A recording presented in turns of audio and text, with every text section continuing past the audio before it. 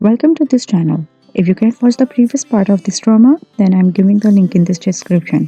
इस एपिसोड के स्टार्ट में हमें बाईजोंग को दिखाया जाता है जो बर्तन वॉश कर रहा होता है और उसका ऑनर उसके पास आता है और उसे कहता है तुम्हारा ध्यान कहाँ पर है। और बाईजोंग कंटिन्यूसली उसी किसके बारे में सोच रहा होता है।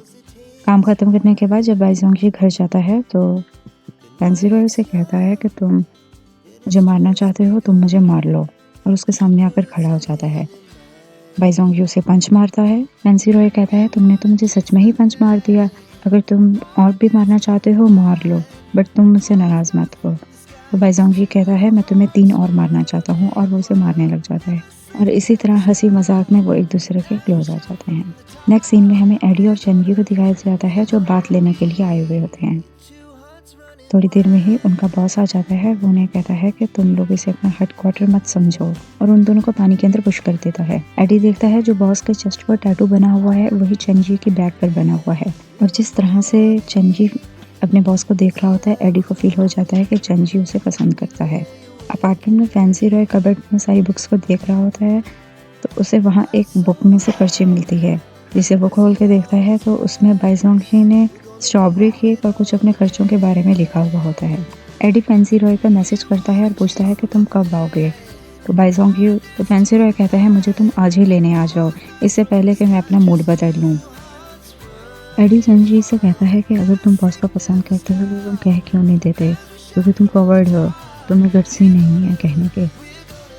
तो चंजी एडी का कॉलर पकड़ लेता है और उसे कहता है कि अगर तुम मेरे साथ बड़े हुए हो, तुम मेरे साथ बचपन से रहे, उसका ये मतलब नहीं कि तुम कुछ भी कहते रहो। नेक्स्ट सीन में हमें बाईजोंग को दिखाया जाता है जो एक बेकरी शॉप में खड़ा होता है और वो काफ़ी देर से पिक्चर्स केक की क्लिक कर रहा होता है।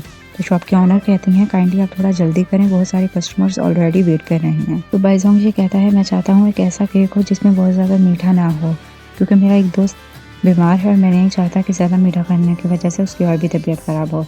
तो शॉप की ऑनर उसे एक बहुत अच्छा केक देती है और बताती है कि इसमें ज़्यादा मीठा नहीं होता। जब बाईजोंग केक लेकर अपने अपार्टमेंट आ रहा होता है तो चंगी और एडी फैंसी को लेने आ जाते हैं। जब फैंसी कार में होता है तो बाईजोंग भी वहीं से गुजरता है। बाईजोंग जब अपने अपार्टमेंट जाता है तो वो कहता है फैंसी मैं तुम्हारे लिए केक ले आया, लास्ट केक ही बचा हुआ था, वो मैंने सोचा कि तुम्हारे लिए ले जाऊँ इससे पहले कि बिक जाए। और जैसे ही वो अपार्टमेंट में एंटर होता है तो वो देखता है कि टेबल पर नाइफ पड़ी हुई है, साथ एक पेपर भी पड़ा हुआ है जिस पर लिखा हुआ है कि मुझे मिस ज़्यादा मत करना और मैंने तुम्हारे पैसे भी दे दिए हैं और मैं अब जा रहा हूँ। तो ये सब देखकर बाईजोंग बहुत सैड हो जाता है। नेक्स्ट डे बाईजोंग जब अपने वर्क पर जाता है तो वो बहुत ज़्यादा सैड होता है। तो उसका बॉस कहता है क्या हुआ, क्या तुम्हारी कैट तुम्हें छोड़ के चली गई। बाईजोंग कहता है हाँ मेरी कैट मुझे छोड़कर चली गई। वो कहता है लगता है तुम्हारी कैट तुम्हारे कुछ ज़्यादा ही क्लोज थी।